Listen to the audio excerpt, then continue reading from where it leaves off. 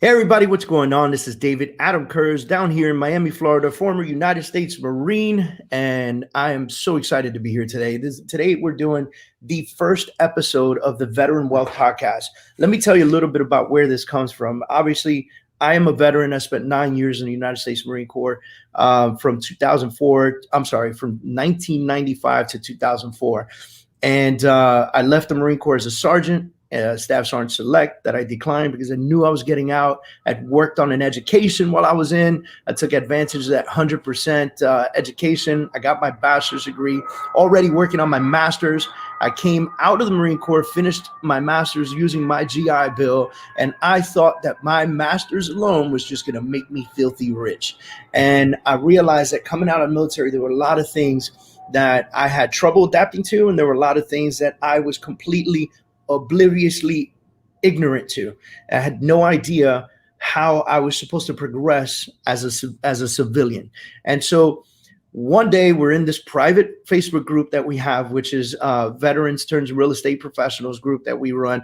And we're in the group and we're talking about transitioning from the Marine Corps or transitioning from the military in general to becoming a civilian. And there were a few folks on there that said, man, we should have some sort of resource, some sort of podcast or something.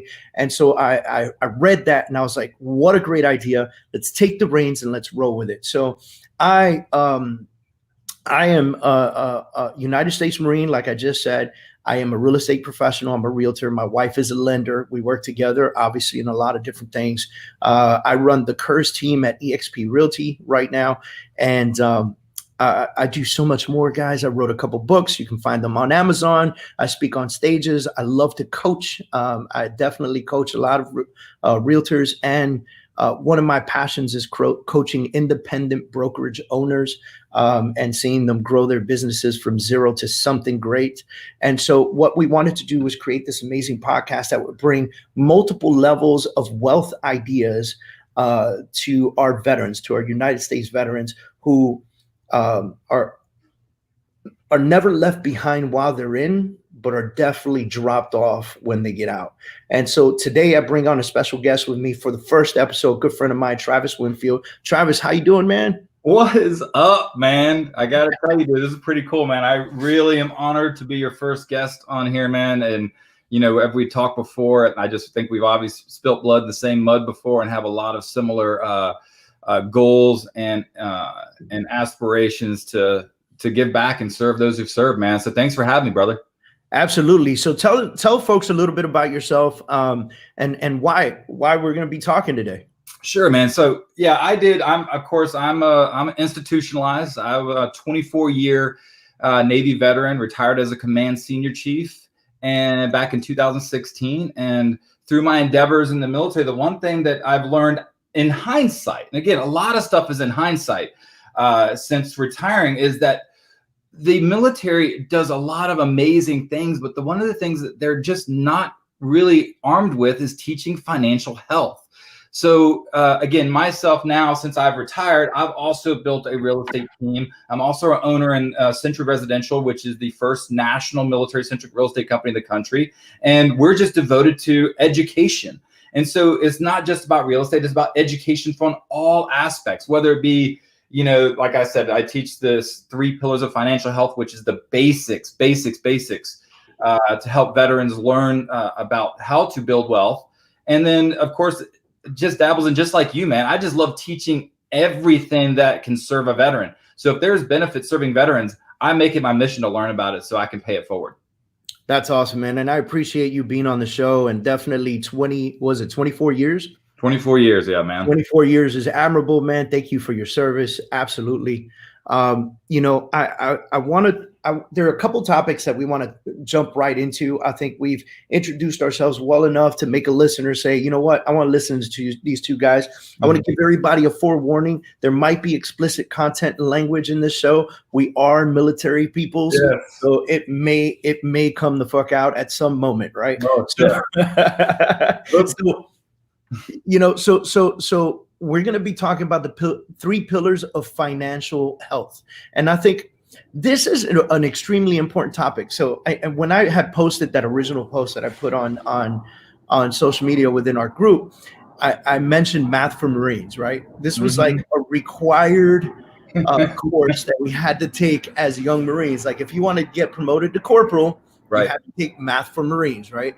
And I remember taking math for Marines, and I was like, man, this is like ninth grade math. Like, what in the world are we doing here? You know? And of course, you know, I did well, believe it or not. There's a lot of people that really struggled with math for Marines, right? And there was this ongoing joke when you talk about, like, you know, as military members, we're always poking at each other, Navy, Marine Corps, Coast Guard, you know. You can poke at each other, but don't poke. If you're not part of the Yeah, yeah. But if you're not a part of the group, don't poke in. We'll circle the wagons. Because we'll join together and create the beast, you know. It's like brothers and sisters, right? You know, you can egg on your brother and sister, but if somebody messes with your brother and sister, game on, right? Game on. And so poking at each other all the time, you know, we used to get made fun of a lot with this math for Marines thing, you know. Mm-hmm. And I thought to myself, when I left the military, I remember I'm in 9 years, and like I mentioned a little while ago, I was now getting educated, but a college education really doesn't help you understand finances either. Like, you get some basic information in your bachelor's degree, you understand some accounting. You know, I took business courses, so I understood some business accounting and stuff, but it was never put into practice, and it was never thoroughly explained. Like no one, you know, and I think that a lot of times this is where the military drops the ball, right? Like, you join the military, you're 17, 18, maybe 19 years old. You ain't never balanced the checkbook before. And all of a sudden you got a guaranteed paycheck on the 1st and the 15th of every month, right? So what happens by year 3 in the military for most military members? They're in massive debt. Mm-hmm. New car, they owe the PX a crazy amount of money. And they've done that. Yeah, they've got credit cards galore because all of a sudden Navy Fed started giving them all kinds of credit cards because they started creating a credit score for themselves, and they know that, you know, Navy Fed knows that if they don't pay their credit card, they just got to send a letter to the command, you know. And its own right is like a double-edged sword, right? It's like we're giving these guys so much stuff to just, you know, get themselves deep in a hole, but yet we pound on the pavement and pound on the desk saying, if you get a letter of indebtedness, you're going to go to Article 15 or Captain's Mast, right? We're going to discipline you for getting into debt, but yet we don't give them the tools to stay out of debt. We don't teach them anything about debt, you know? And then the crazy part is, like, I think the rules for the VA loan are, you know, 90 days of active good service, right? Like honorable service, yep. Honorable service. There you go. And I couldn't spit out the word, sorry. And after that, you qualify for a VA loan, right? Yep. Yet you got all these military members living in barracks or renting somebody else's house, making them rich, you know? Right. And so I remember when I first got out of the military, I went to go visit a distant uncle in California. And this guy was like 65 years old, and he was like biking 15 miles every other day. And he just, you know, he's 65, dating 35-year-olds and, you know, living life to the fullest. He's just looking super young, you know? And I said, dude, what's your secret? He said, man, I spent 15 years in the Army. At every duty station that I went to, I bought a property. Oh, I love that, dude. And so I was like, what? And he goes, yep, every duty station I went to, I bought a property. When I got out of the army, I sold all the properties and I bought this 8-unit complex in LA. And now he owns the smallest house on the biggest block, you know, but it's paid off. It's beautiful. He's got his 8-unit property, paying all his bills consistently. It's LA, so it's not cheap to live there, right? And he found financial health and freedom by doing so. But that's not the normal. That's not the normality at all. Far from the normality. Typically, 90% of veterans are getting out of the military after 4 years, and they are in serious debt. And they're coming out to the military thinking, what am I supposed to do now? And then they go get a regular job. And, you know, some folks go become cops. They just go from one uniform to another, and they go back to having that steady paycheck. And somewhere down the line, they learn about some financial freedom. But the military is doing a completely shitty job at preparing our military members and then preparing them for exit. Right? We just let them go. We don't tell them anything, you know? So let's dig into it, Travis, because this is your baby right here. 3 pillars of financial health. Well, so thanks, man. And so I guess, and I just want to touch on the different topics because this could be an hours long topic. Oh, this could be 15 hours of conversation. It absolutely could be. So I just want to touch on the highlights because that's really what it's at least getting the word out there, and then we can dive deeper as a one-on-one as needed. But the very first step is, of course, credit, right? The first pillar of anything is maintaining good credit. Now, how do you do it? That's easy to say. Okay, that's what we say. Hey, keep good credit. Well, my mom always said, and yes, this is a true quote from my mom, is that good credit is like money in the bank. And if you look at it, that is truly the case if you break it down. Because if you have bad credit, and well, you're not going to be able to borrow any money or leverage what I call OPM, which is other people's money. And so by having good credit, you can borrow that. You can borrow money as needed. Now, I know we're talking about debt and everything else, but there's a difference between good debt and bad debt. All right. So good debt is things like, a house, things like even a car is considered good debt because you're basically leveraging OPM, other people's money, to get assets that you need to live your life and to make more money, right? A house is the only tangible asset that appreciates over time versus depreciating. Now, a car depreciates, but you need to have a car for transportation. So that's what you consider good debt. And it's also finite, meaning that if you buy a car, it's 5 years, it's paid off. If you buy a house, it's 30 years, it's paid off. The bad debt is things like credit cards, revolving credit, those department store cards, because what do? They'll say, hey, here's $5,000, go crazy. And you put $5,000 on it, and then you start getting that bill saying your minimum payment's $100 or whatever, and you're thinking, okay, well, I'm paying $100, I'm paying it off, but you're not. You're paying. It's never going to get paid off, and you're literally paying it for the rest of your life unless you start paying extra. So, and that's what really digs people into a hole. And yours truly was there too.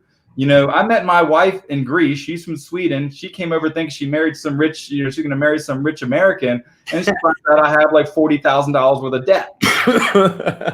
So needless to say, that was a rude awakening. But somebody just posted too in one of the feeds. They said, "Don't forget the Star Card," and they promote using it through discounts. Right? Star Card is terrible, right? It's because it's like great, crazy high interest rates, and some of these guys just dig a hole, and it's all for what? A TV that's going to last you, or a couch that's going to last you a few years.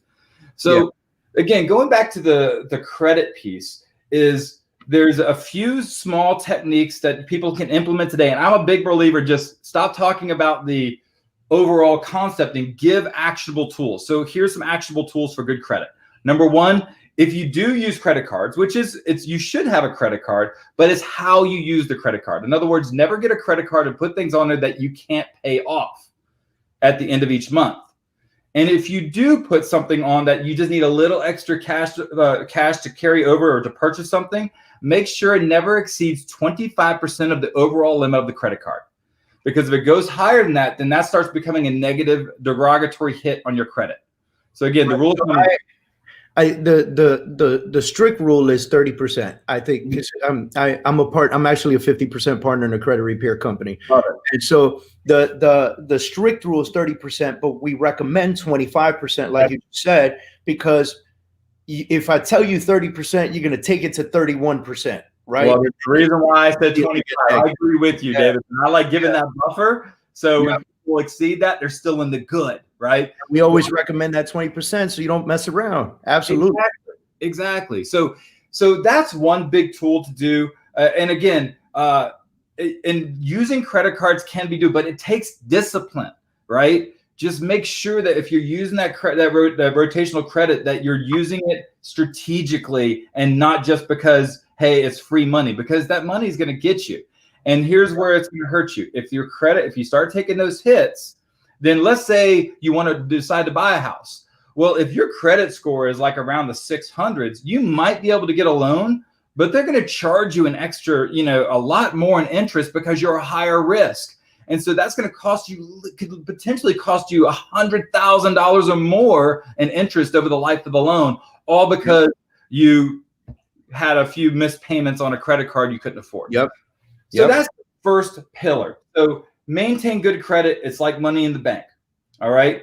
But now let's go to the second piece. The second piece is one we definitely do not hit on, and that is investments. Because here's the key. When it comes to investments, we do not teach people the fact that the way to build wealth is to make money while you sleep. How do you make money while you sleep? Well, you need to put your money where your money makes you money. And it makes you money while you sleep. So compound interest is a beautiful, beautiful thing. All right. So, and I always encourage people, it's a mindset. So flip the script. We always say, pay your bills, pay your bills, pay your bills, because you don't want to get letters of indebtedness. But I'm going to flip the script on you. I want you to start thinking about paying yourself first. Because if you pay yourself first, you can adapt to anything in your lifestyle. So what do I mean by paying yourself first? That means pay your mortgage first, because that mortgage, if you own a house, is making you money while you sleep because it's appreciating with time. And you're also paying off that debt. So it's the only asset that has an opening aperture. The second thing is investing in compound interest.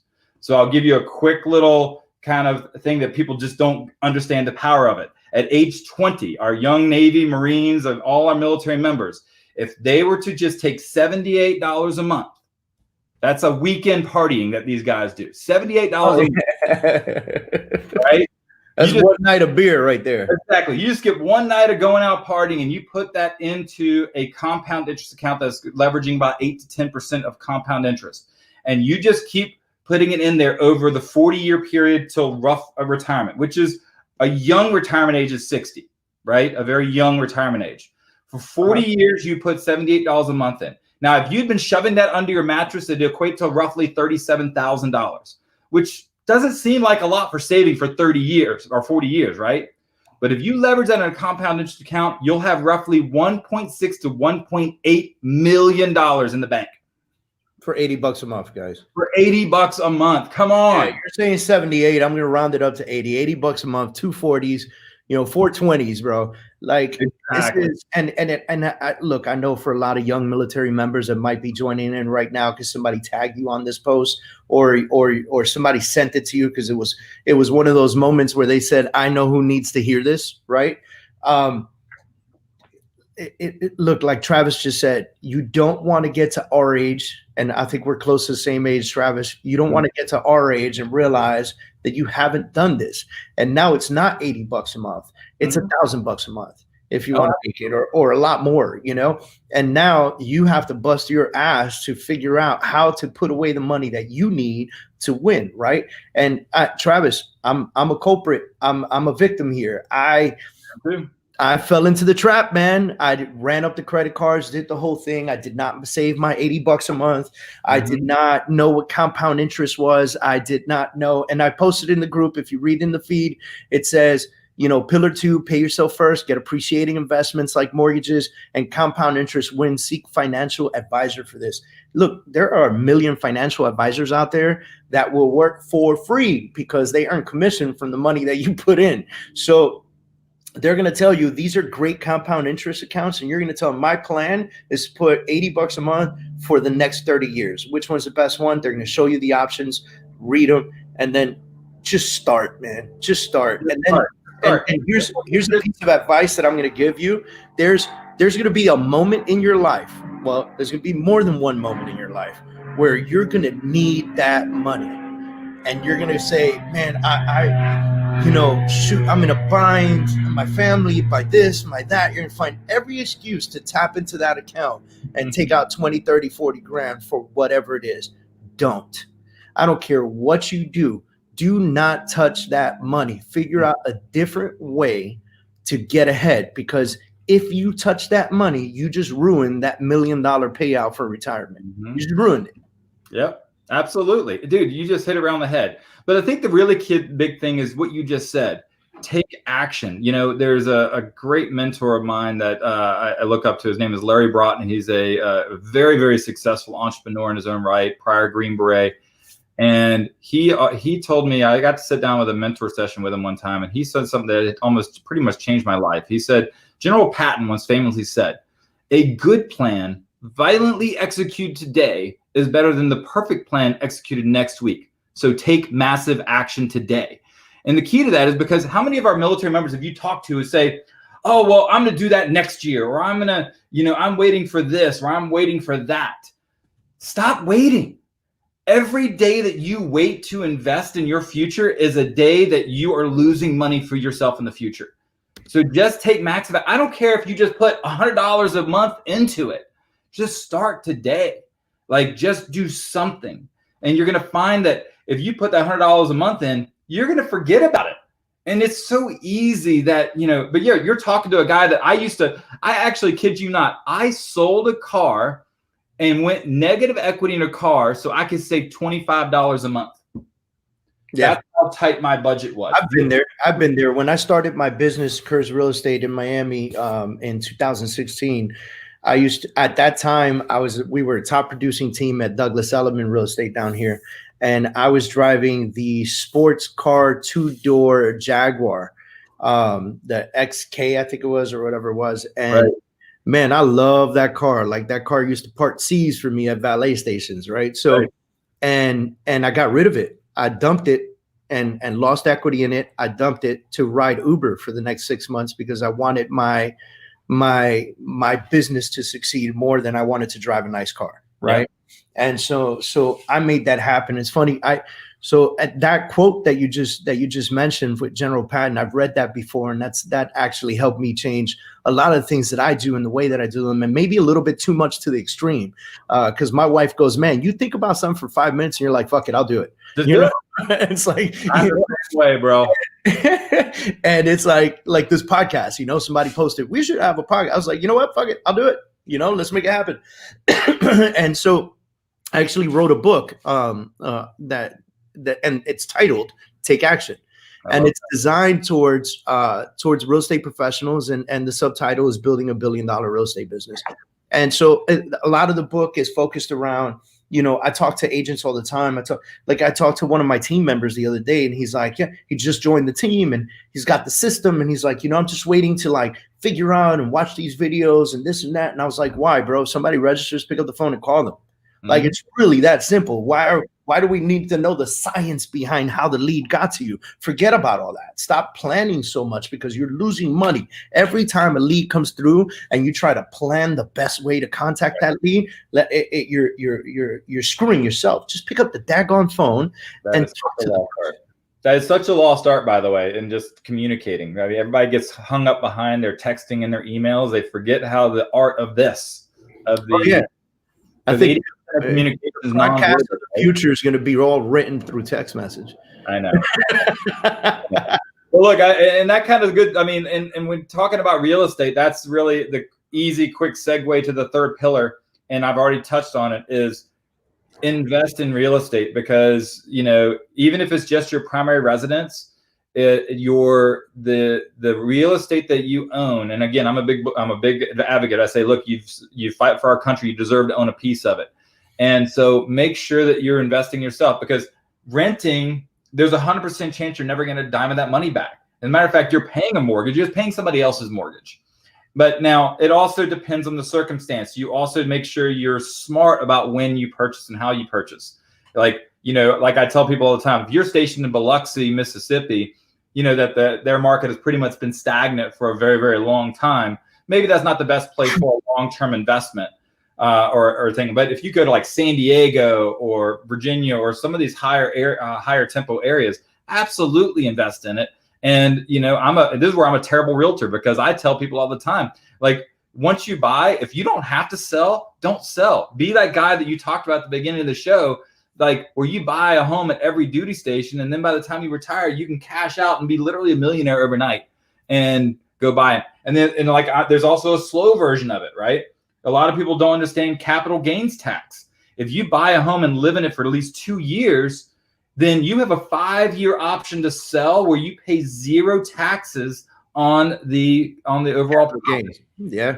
So I'll tell you that there's so many different ways to look at this. And what I would advise everyone listening in right now is listen to our future shows, because we're going to bring in a lot of real estate investors and flippers and wholesalers and maintainers and, you know, portfolio holders.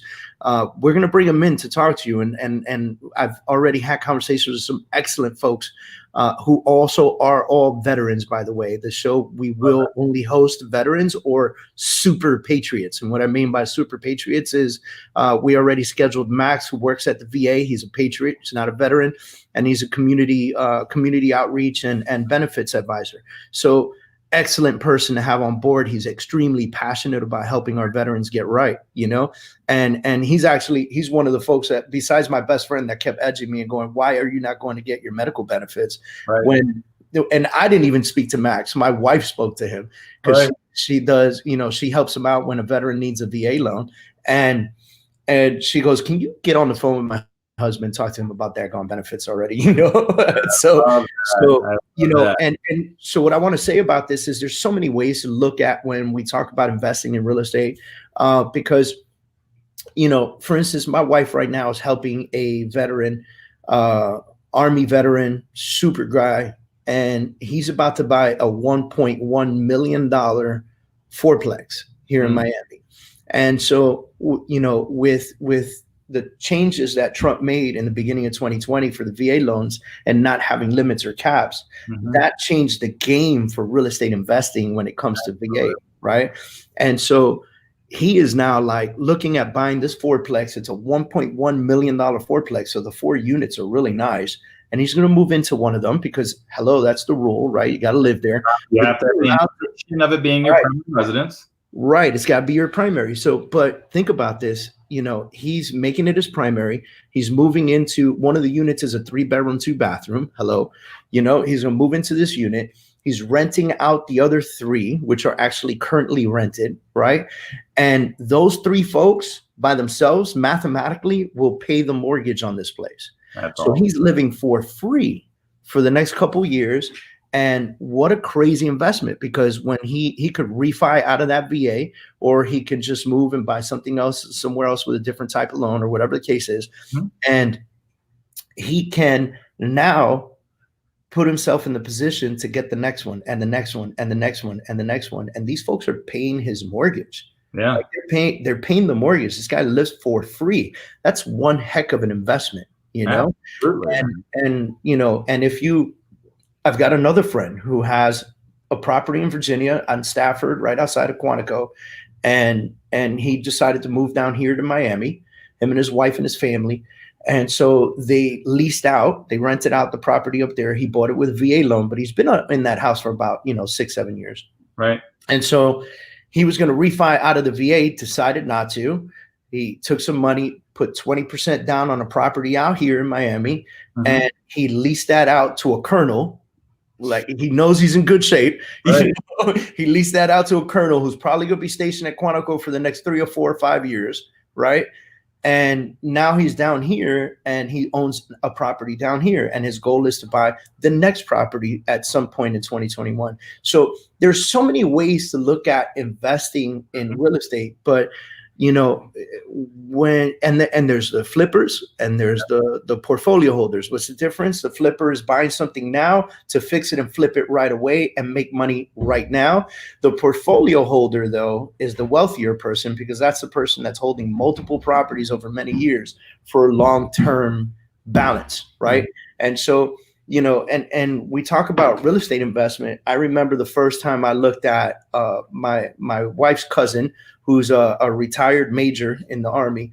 And I said to him, I said, I'm going to, you know, my dream is to invest in real estate. I want to own 30 properties. And he goes, you're out of your freaking mind, you know? And so short history on him is he got out of the military and he became a stockbroker. Oh, geez.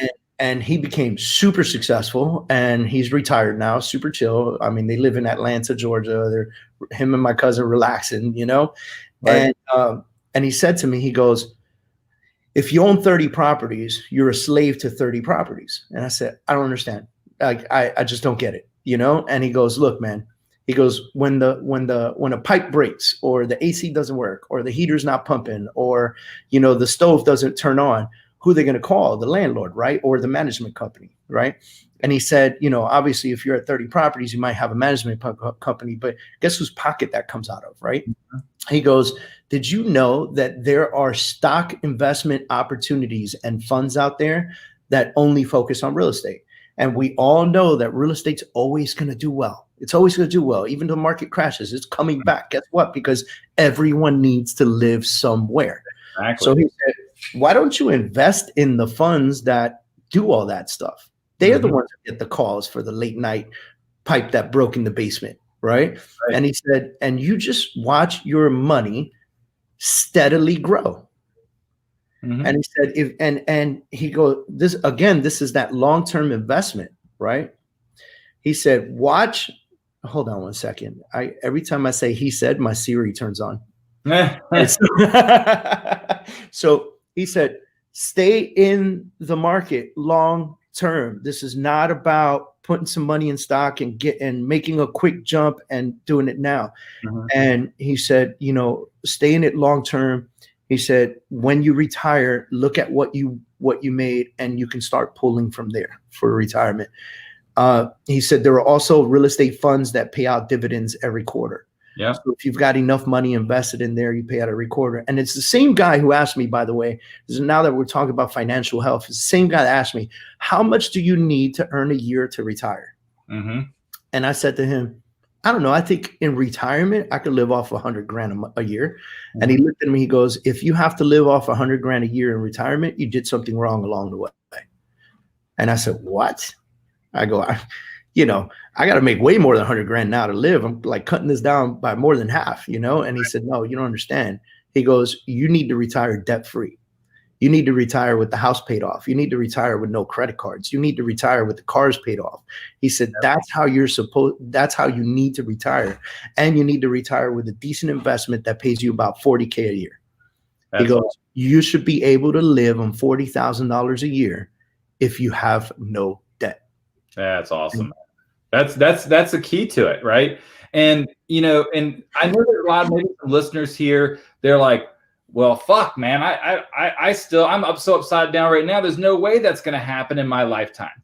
So let me share with you, and there's an amazing guy to follow that really talks bare bones with this stuff is Dave Ramsey. I think all of us have listened to it. So I'll just kind of touch on his 4 baby steps real quick to people who are listening. Like, how do I get started? Well, there's 4 baby steps to get you there. First off, save $1,000 for an emergency fund. That's the first baby step.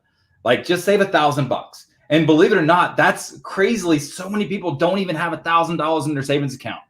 So if you're not there, if you don't have at least $1,000 put aside for an emergency fund, save $1,000.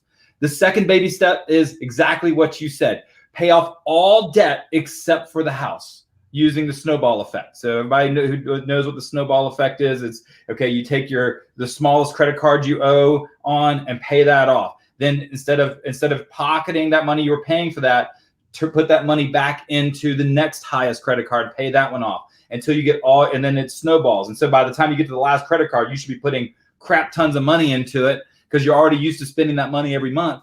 And then that one gets paid off. And then once you're debt free, that's step 2. Step 3 is save 3 to 6 months worth of funds for an emergency fund. 3 to 6 months. And then, and only then, once you've gotten off that, then you start investing at least 15% into your retirement fund and into those different categories that you just talked about.